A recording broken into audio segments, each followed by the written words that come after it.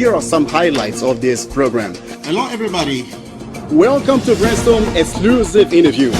Our education should be corrected, adapted, and updated. Live better, they can send their children to school because they can interact with their authorities. Mechanics, electricity, computer science, innovation, And we know that it's a brainstorm. Yourself, after watching this interesting program, notice the final statement made by our notable guest, a brand new one.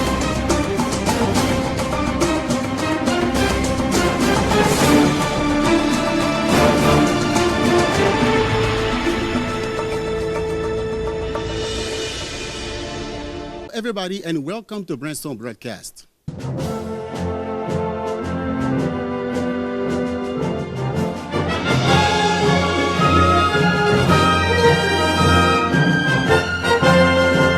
Several partnerships are being built around the globe in many fields between the states. However, most of the time the population don't benefit them. What can be done to make partnerships more profitable to the population? Now, today's theme is International Partnership Fallout. Joining me now on this estate is Jonathan Muya. Hello, Jonathan. Hello, Guy. Everything is all right. Jonathan Muya is a macroeconomist. We're going to deal with this topic, International Partnership Fallout. Now, what are some expectations of any partnership between states? I think with about expectation, what is most important is we partner with state because we want to think to get better, to be done better than what we can. That is the foundation of trade, because if I can take something from you, better than I can do, and so you to me, that is the need of partnership. Yes, but now could you tell us the level of expectations between the states when it comes to making a deal? Expectations are high depending on how strong is a state, or how developed is a state, or on what is that expectation based on? I think that really play a great role because, developed state have technology, everything they are positioned to, to benefit from partnership. Though even emerging country can find a way in partnership. Just it's what they expect from like the state who they are partnering with. Its expectation should be clear, but in national, when we partner, what we want is to improve, the living condition, because the state is the good of the population. I think this should be the foundation of any partnership. From your expertise, could you tell us some standards about how to make a deal, international partnership between the states? Can a state who starts that the deal expect the things according to the standard already set according to the international? I think we have a broader system of national, nation that is under the United Nations. That we have some, we have some agency like WTO when it comes to, health matter, and we have, we have like a world, trade organization. They set standard about trade, and also we have IMF when it comes to financing, and the World Bank. We have all the set of bodies under United Nations that are set some standard to to make partnership profitable between countries around the world. Yeah, here you refer to international financial institutions, which could help to some extent to make a partnership successful for any given states. But now, what role does diplomacy play when it comes to international partnership? I think I'm not an expert in diplomacy, but what I can say, what I know from my humble perspective, is diplomacy is to sell the country outside. From diplomacy means we can sell the country what the country is, because sometimes the picture that foreign has of our country, especially as DRC, is not what it really is. So that's why with diplomacy we try to sell the picture of our country goodly. So this. All right. As we deal with this topic, international partnership fallout, we know that diplomacy play a significant role The following video will highlight the role that diplomacy play when it comes to a global alliance or partnership. Please take a look at it and we'll be back.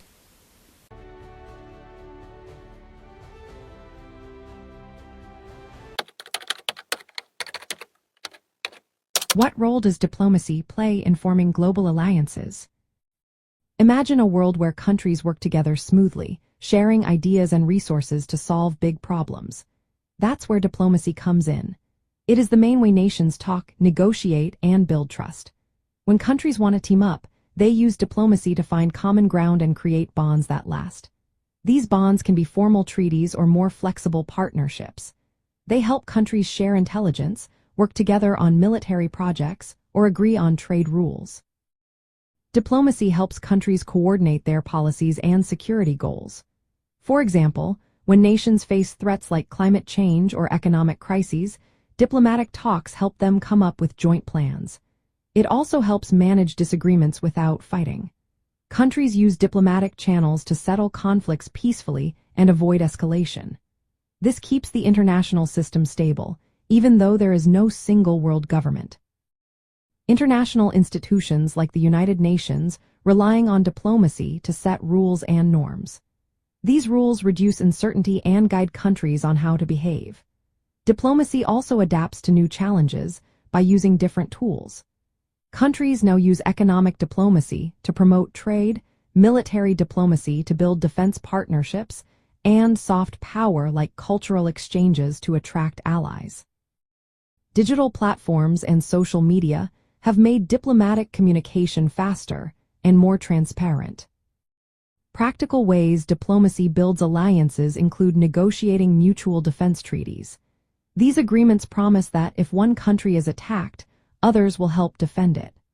Countries also work together on scientific projects that requiring shared resources and knowledge. When crises happen, diplomats coordinate responses like sanctions or diplomatic expulsions to show unity. Diplomatic summits and forums are used to renew or create new partnerships based on changing global needs. Soft power tools like shared values, cultural ties, and mutual benefits also help attract and keep allies. In the end, diplomacy is the key to forming, maintaining, and adjusting global alliances. It builds trust, aligns strategies, and creates frameworks that strengthen countries' collective ability to face international challenges. Without diplomacy, it would be much harder for nations to work together in a complex world.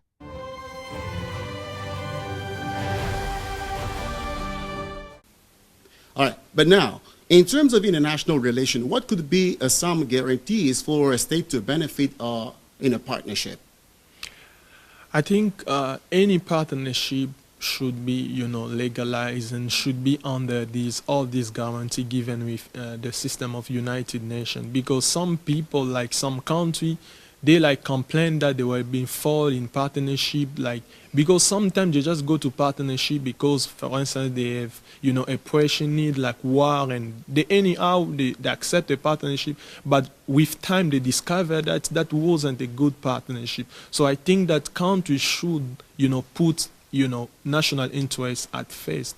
I think this is a guarantee that partnership is respecting, the law of a country. Okay, a guarantee means that the states that start that partnership must have all guarantees are possible. The state that accept that the deal with the state which comes for that deal, who should set guarantees before accepting that or deal or partnership. I think both countries involved in partnership has to have, some guarantee, because even the country that is looking for partnering with another one, it should be sure that what is expecting from the partnership. Let's take an example. United States that want, the mineral of Congo. Congo has to ensure, United States that he won't give it to anyone else. In terms of a zone, perhaps he didn't know I should explore this zone, I don't know, North Kivu, I don't know, a province, Bunaganda, something like this, a portion of it. You don't have to, that's the guarantee that say we're going to respect, and both nations should be guaranteed to. All right. So since you've mentioned DRC, we know that the country has been in deal or a partnership with many nations so far, what are some fallouts, positive fallouts or negative fallouts? Could you answer? Yeah, would we focus on positive for because sometimes we spend time just talking about negative. We have now, the school which training like people who can policy maker like ENA. It's the thought of partnership with, European country. Today we have a school that can train policy maker. Today we have a lot of policy makers are Congolese. It's a good thought of partnership. And today, we have access to some information, like because we signed some partnership with, some channel internationally and some, of something of dissimulation of sharing data on, traveling and something like that. I think those are good, benefits of partnership that I can mention for today. Right. Benefits of a positive side of that in Congolese a partnership with other nations. That's great to say. And then we can assume that Congo now is on a good or better path in terms of a partnership because there are positive fallouts. And so what could we expect in the days ahead whenever we focus on international deal or partnership in whatever sector? I think we just has to have a plan, because a country should have a plan. We should have a plan of what we want to be and where we are going. And that is going to drive us in our need of partnership. For instance, if we need to be a country that has a great capacity of, bombing, something like this, an armed country, we should partner with country that can help us to, build and something like this, manufacture weapons, artillery and so forth and so on. So it's something that we should know about. So what is our agenda as a country? What do we want? That's something positive. And it's an open secret that the Democratic Republic of Congo has been involved in the many structures which boosts in terms of partnership to make things move forward. But now we want to focus on a structure, an American structure, Millennium Challenge Cooperation, MCC. So what can you make of this structure? So the MCC was created in 2003. So when the country set together under United Nations, they set what we call MDGs. They set Millennium Development Goals. And American, unlike something that they are just giving aid and countries are not achieving something greater because sometimes those aid are not well managed. And they created MCC with a set of 20 indicators, grouping into ruling justly, investing in people, and encouraging economic freedom. And if, some emerging country that should not be, developed country could satisfy those conditions to have finance in long-term goals, and such is more important than aid. Yes, because this is American structure, you think that Congo or DRC are interested in that structure just to make things better in terms of economy? I think DRC does because we have the Ministry of Finance that have a unit that is called MCC. So because that is an opportunity of leaving fund that we need to, to finance some project, being a compact, a short-term project or a long run, we need those funds because you have to satisfy some indicator. And DRC has made, this year many progress about different set of indicator that they find that is important for country to leave the fund that is available with this, program of the United States government. Okay. You may or not have heard about this structure, this acronym MCC, Millennium Challenge Cooperation, which is an American structure. But how does it work and what is it exactly? Please watch the following video and we'll be back. What is the Millennium Challenge Corporation, MCC? Have you ever wondered how foreign aid can effectively help the world's poorest countries? The Millennium Challenge Corporation, often referred to as the MCC, plays a significant role in this process. This United States foreign aid agency was established to assist nations in reducing poverty through economic growth. The MCC believes that aid is most effective when it supports countries that demonstrate good governance and sound economic policies. The MCC operates on several key principles, including selectivity, country ownership, transparency, and accountability. It uses a transparent selection process to identify eligible countries. These nations must show a commitment to democracy and sound policies. The MCC evaluates countries based on 16 quantitative indicators that measure government policies in 3 main areas: ruling justly, investing in people, and economic freedom. From an economic perspective, the MCC's model encourages growth by investing in sectors that can drive development. This includes areas like infrastructure and agriculture. By focusing on countries with good governance, the MCC aims to ensure that it is used effectively and sustainably. This aligns with economic theories that highlight the importance of institutions in development. In the realm of development economics, the MCC's approach reflects the idea that economic growth is closely linked to good governance and the quality of institutions. This aligns with broader economic theories that suggest institutions are critical in determining a country's economic performance. The MCC emphasizes country ownership and transparency, which are essential principles in development projects. Practically, the MCC has implemented its model in various countries. It has supported projects aimed at improving infrastructure, enhancing economic opportunities, and strengthening governance. This practical application of economic theories shows how institutional quality and governance can lead to sustainable economic growth and development. In summary, the Millennium Challenge Corporation is a vital player in the world of foreign aid. By focusing on good governance and sound economic policies, it aims to create lasting change in the countries it assists. Through its transparent selection process and commitment to accountability, the MCC works to ensure that aid leads to real economic growth and poverty reduction. But now, let's come back on this structure MCC. Do you think this program is a tool for accelerating reform implementation in the DRC? Why do you say so? I think I do because, with MCC, those different, indicator we have in forcing economic freedom. We have, for instance, I think the way you create the enterprise. Today we're the one shop, of creation enterprises. So, all these things that foster, reform. We have like anti-money laundering and combating of terrorism, of financing of terrorism. We have, those units in the Ministry of Finance, and today even DRC has recently joined the Eastern Africa, money laundering group. All those things that help the country to push forward reforms, being in fiscal, like the tax, and custom and reform council of the Ministry of Finance. They are forcing all these things like to create a mediation fiscal that's we're gonna settle, conflict before putting to court. So all these is just helping DRC to, foster reform. I think that's a great thing too.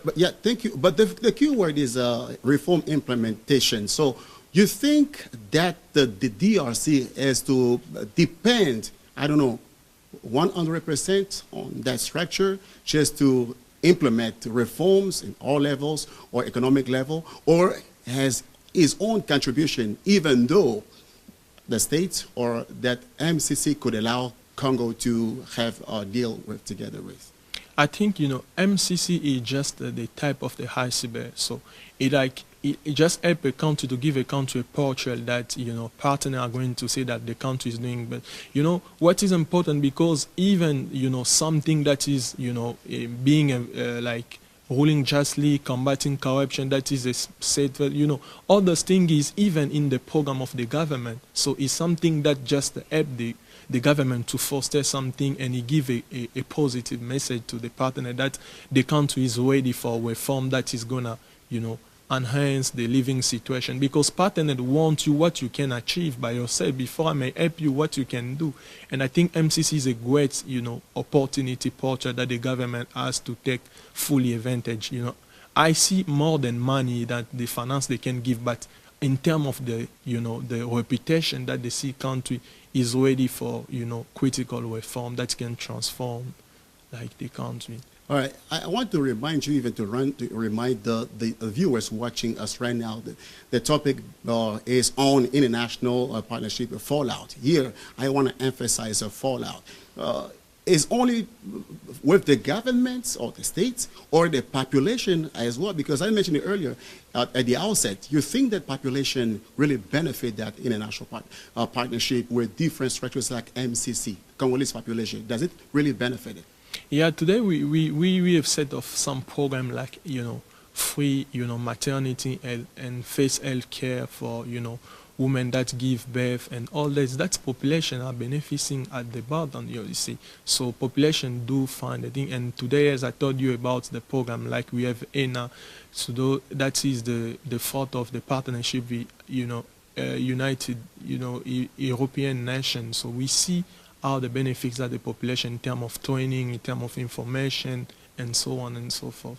Yes, but we are quite well aware that the government does everything possible in its power just to make things happen in terms of international partnership. But now, what could be the part or the role or the responsibility of the population to help this partnership have a great impact?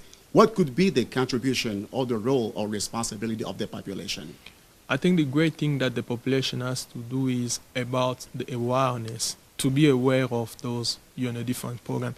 Like I mentioned, I was talking with a friend before coming here that was telling me that he's gonna, on a in-person training to the United States under the IMF, the International Monetary Fund. And he say all is covered by the IMF, Population should be aware that we have such a program, like all the fees covered by international organization and all the good condition they give you to be trained, because when someone is trained, like is building his capacity of producing more, effectively, and of earning money as well, like a byproduct. I think population should be aware of all the structure and all those programs. I think this awareness. Sometimes most of the Congolese populations are pessimistic. When you mention, for instance, IMF, International Monetary Fund, they say they give you money on one hand and they expect to get that money back in terms of debts. And so Congo has millions of debt, $1 billion of debt. So you think that Congo really benefit, or they give because they know that they're going to get much more in the days ahead? I think like the Congo is among the country that has the weakest, debt in Africa. So because something people talk, but they don't have statistics. We talk about statistics. That Congo has a good, term of debt, and the debt that is given by IMF is a debt that is under good condition, is conditionality, because the debt, like they lend money for a country that is not developed, so the conditions are really good, and the term is long term. You have something like that, you have to give back money, within 10 years and something like that. And the IMF is a great partner for DRC that help DRC with so many projects, and even like conductive finance, as I was talking about, the anti-money laundering and combating of terrorism unit, or tax and custom reform, like something like the unit of the Minister of Finance, all the things. And the IMF is a great partner for DRC for achieving, economic freedom. So my perception is quite different than the popular one. All right, whenever we talk about partnership, there are principles or norms or even goals to achieve. So you want to find out about some of the goals that could be achieved through a partnership. Please look at carefully through this following video, which will highlight some goals that could be achieved by a partnership. Please watch.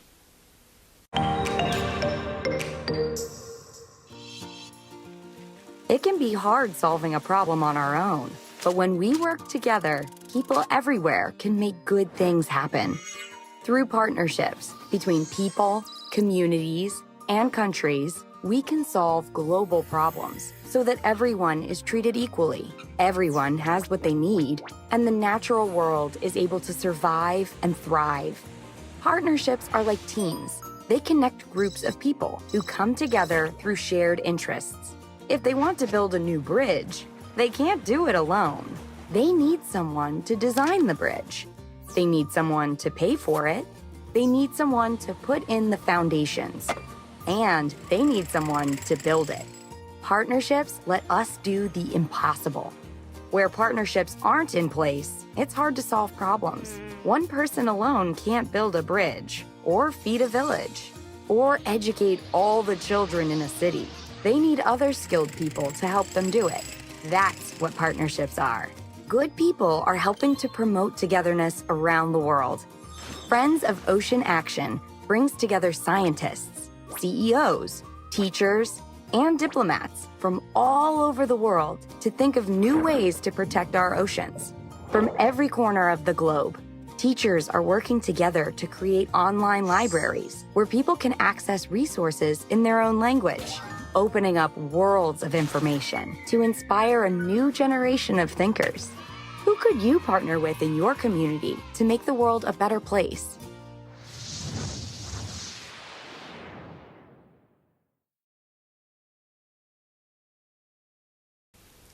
All right. Now, what could be the long-lasting fallout of DRC deal with other partners? Because we not only looking at the present, but at the future as well. So now, long-lasting fallout, what could it be?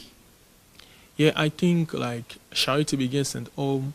We do expect so many things for our partners, right? In terms of the position that we occupy in the world, in terms of your reserve in coltan and some critical, raw material, even to, to fighting against, the global warming. I think, but DRC should be an example of good government, and good government is something that is being,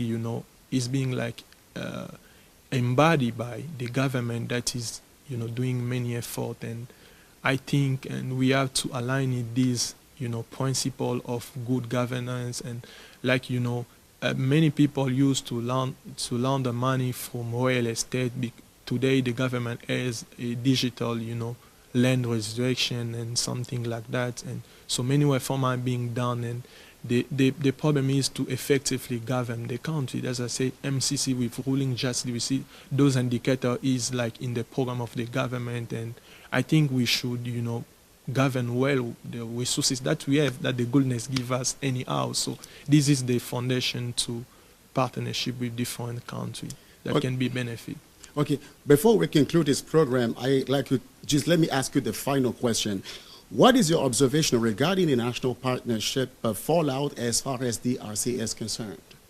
Like to don't repeat, as I say, DRC has benefits from many things from partnership. I tell you about training, some program and so forth.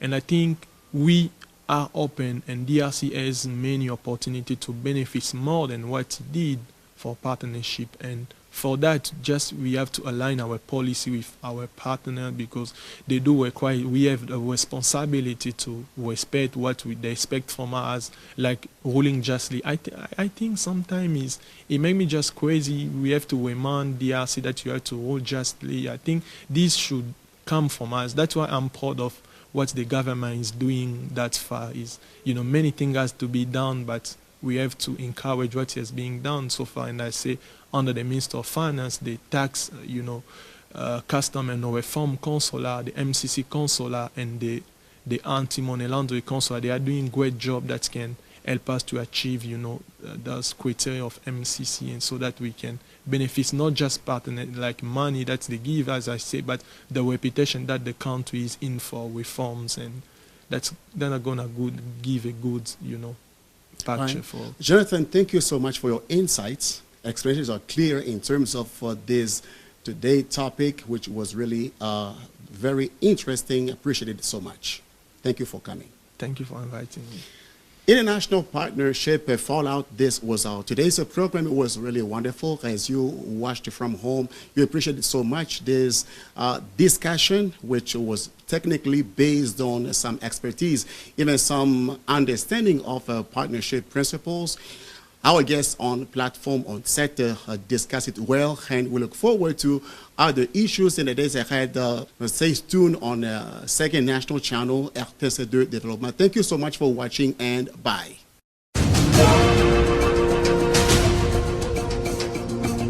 Here are some highlights of this program. Hello, everybody. Welcome to Brainstorm exclusive interview. Our education should be corrected, adapted, and updated. Live better, they can send their children to school because they can interact with their authorities. Electronics, electricity, computer science, innovation, yeah. And we know that this brainstorm. You yourself, after watching this interesting program, notice the final statement made by our notable guest, a brand new one.